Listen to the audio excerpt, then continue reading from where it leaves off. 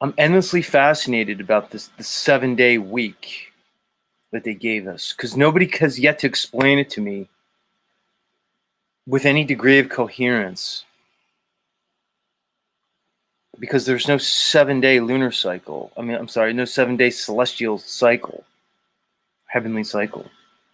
Apparently, this 7-day week goes back to the fucking Sumerians, guys.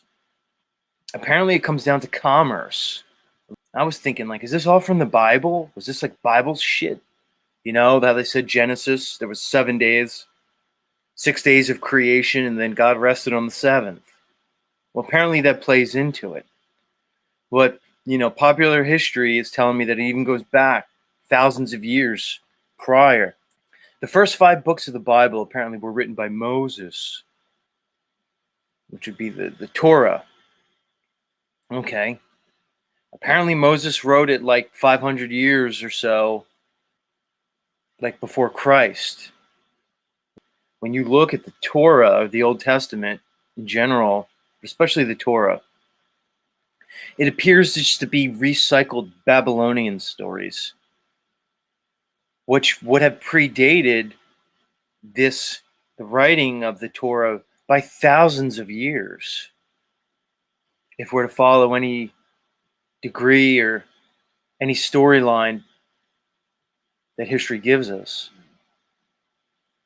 And apparently the 7-day week even goes back to these Sumerians, which got me thinking, okay, well, if you're telling me you gave us 7 days a week, which are, to me, are completely arbitrary. Now, they try to explain it based on the moon.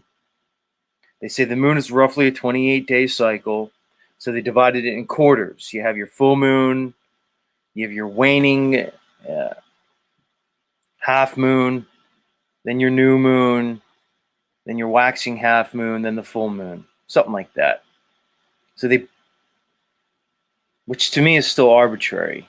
So they say it's based off the moon. Okay. But I retort this. Why break it in quarters? Why not halves?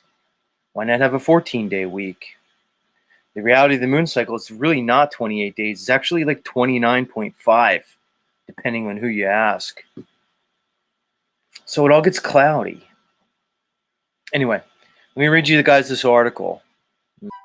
By the way, this article is from Live Science.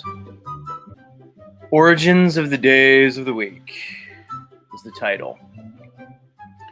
As the days pass, the cycle of the week shapes how we live our lives. Which is true. It does shape how we live our lives, guys, if you think about it.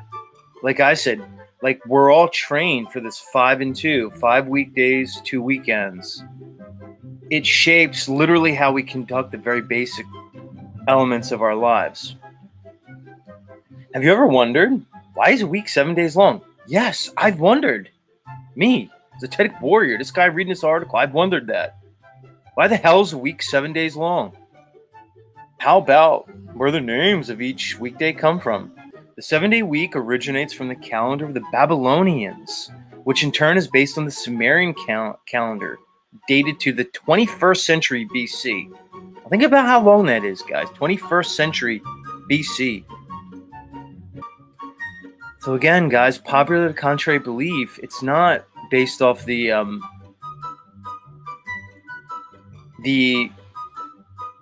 Israelite Hebrew chronology and calendar. They're saying it predates it by thousands of years. They're actually saying it predates it by 20 centuries.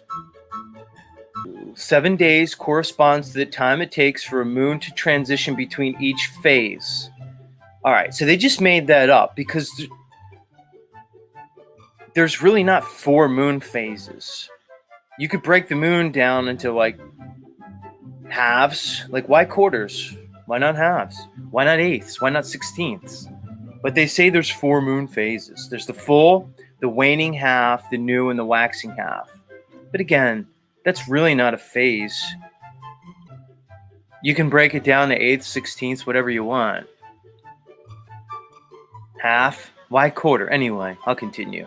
Again, to me, it's just arbitrary, and they're trying to make links here that probably really don't exist. Because the moon cycle is 29.53 days long, the Babylonians would insert 1 or 2 days into the final week of each month. Okay. So you're saying you can't really break it down symmetrically because it's 29.53. It's really not 28. So they had to just add 1 or 2 days in the end, which at least makes more sense to me than the modern conception of it, you know? Let's continue. Jewish tradition also observes a 7-day week. The book of Genesis, and hence the 7-day account of creation, was likely written around 500 BC during the Jewish exile to Babylon. Okay. But historians have suggested that the Jews inherited the cycle of 7 days from the Babylonians. So again, it's basically telling us, guys, that this 7-day cycle, this week, is completely arbitrary. But not only that, it goes back to the very beginnings of what they give us as history. Post-flood, we're told that the Babylonians are the earliest civilization that can be traced in, at least in any account of history that we're given. So they're basically telling us that we've always had the 7-day week. But why? I want you guys to remember the story of the Sumerians. The story of the Sumerians tells us that humans were created as servants or in servitude to the gods. They basically tell a story that humans were created to serve the gods physically, kind of like as slaves. If you remember, they go back to the deities Enki and Enlil, and they talk about these early workers that they had called the Ajiji workers, and that these Ajiji workers got tired of slaving away for these gods, so they created humans to do the work, mine gold, things like that. Well, I guess here's my point. If the Sumerian stories say we were created as slaves, and they gave us this 5 weekdays and 2 weekends, which would basically mean you work 5 days and you're off 2 days, and they kept the same system of servitude all the way through modern times, what does it tell us about us now?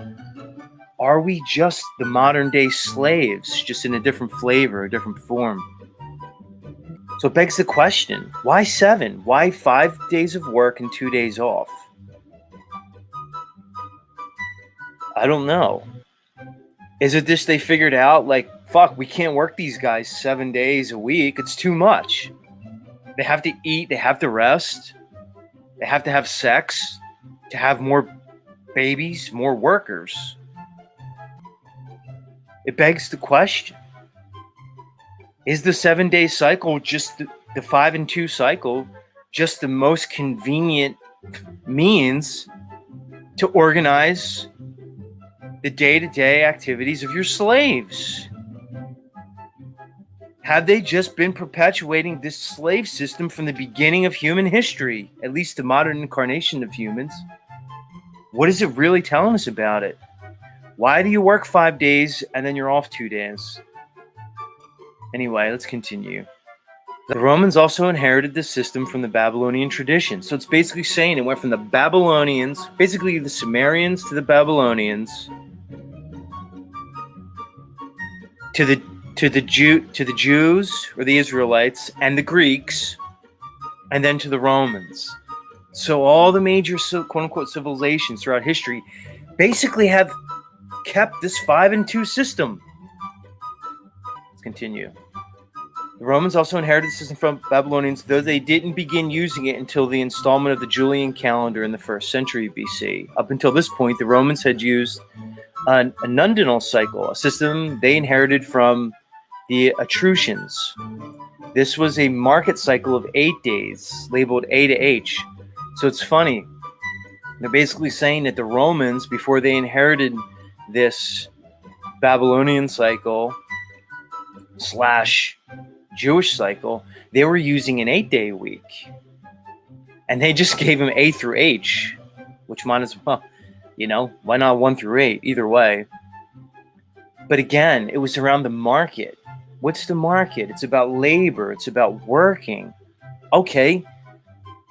So the Romans were close. Instead of 7, they did it 8. But again, notice, guys, it has nothing to do with the heavens. The days of the week and the concept of a week in general goes to markets, finances, commerce. Just was in the form of slavery at some point. You had to let your slaves rest for 2 days, or else they probably couldn't work the other days. They probably figured it out at some point. Let me keep going. By the time the 7-day week was officially adopted by Constantine in AD 321, the nundinal cycle had fallen out of use. So there it goes, back to the 7. 5 and 2. The Romans named the days of the week after their gods to correspond to the 5 known planets, plus the sun and the moon, which the Romans also considered planets. To this day, the Romance language, most familiarly Spanish, French, and Italian, still bear the mark of the Roman names, the exception being Sunday, which now translates to Lord's Day, and Saturday, which is the Sabbath. And then it goes on to talk about the Germanic adaptations. All right, basically, guys, Sunday, that's obviously the sun. They say it's the Germanic and Norse mythology around the sun. Monday's the moon. Tuesday, interestingly enough, comes from Tyr or Tyre, which they're saying is the one-handed Norse god of dueling, which is equated to Mars, the Roman god of war. So Tuesday's Mars, which basically became the Norse god Tyr. Wednesday apparently is around Mercury, which we derive the English word Wednesday from the Norse god Woden or Odin, and they associate Odin with Mercury. It's Wednesday. Thursday's Thor's Day, the Norse god Thor, which apparently is associated with the Roman god Jupiter, the god of sky and thunder. And Friday is associated with Venus. Fridays comes from the Norse Frigg or Freya, which would be the wife of Odin, and again associated with the Roman god of love, beauty, and fertility, Venus. And Saturday we know is Saturn, where apparently the Norse and the Germanic just took it right from Saturn. So I guess here's my point. 1, we see that these gods have been represented all the way from the Sumerians to the Babylonians to the Greeks to the Romans to the Norse, and then Angloized or anglicized. So why do we have these same gods running through history? Well, I guess you can say they were always associated with the heavens, with the so-called heavenly bodies. And then the other takeaway is that this apparently 7-day week has always been with us through all known history. Very strange to me, guys. What does it tell us? What does it tell us about humanity? What does it tell us about the controllers? I'll tell you what it tells me. To me, it tells me this, that very likely we've been under some kind of control matrix for a very long time. And that the idea that humans were free at some point and then overtaken may be just fantasy and a pipe dream. It's possible that we've always been under some kind of control, domesticated and otherwise. What does that tell us about freedoms? What does it tell us about the state of man? Were we ever truly free? Or were we created as servants? Were we created under servitude? all creation stories point to it, at least the ones that they give us in these modernized conception.